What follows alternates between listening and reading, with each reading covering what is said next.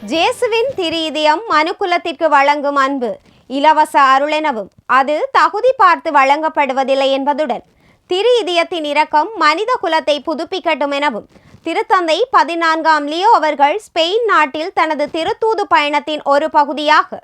ஆனி மாதம் 11ஆம் திகதி லாஸ் பால்மாஸ் நகரில் உள்ள கிராண்ட் கெனாரியா விளையாட்டரங்கில் நடைபெற்ற திரு இதய ஆண்டவர் பெருவிழா திருப்பலியில் தெரிவித்துள்ளார். ஆயிரக்கணக்கான மக்கள் கலந்து கொண்ட திருவிழா திருப்பலியில் மறையுரையாற்றிய திருத்தந்தை அவர்கள் ஜேசுவின் திரு இதயம் வெளிப்படுத்தும் கடவுளின் நிபந்தனையற்ற அன்பு, இரக்கம் மற்றும் பரிவு குறித்து ஆழமாக சிந்திக்குமாறு அழைப்பு விடுத்தார். ஜேசுவின் திரு இதயம் மனுக்குலத்திற்கு வழங்கும் அன்பு தகுதியினால் பெறப்படாத இலவச அருள் என குறிப்பிட்ட திருத்தந்தை அவர்கள்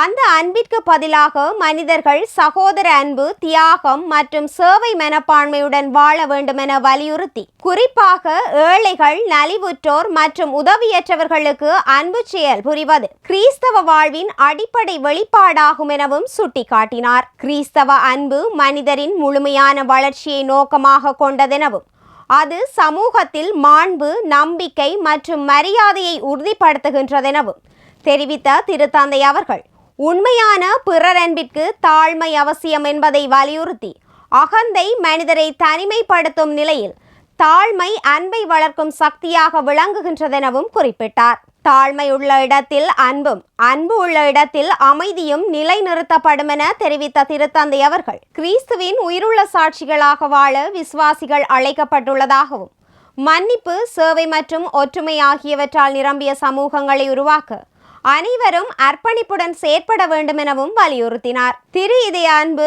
மனுக்குலத்தை மாற்றியமைத்து உலகை இரக்கம் மற்றும் அமைதியின் பாதைக்கு வழிநடத்த, போர்கள் நிறுத்தப்பட்டு பிரிவினைகள் குணமடைந்து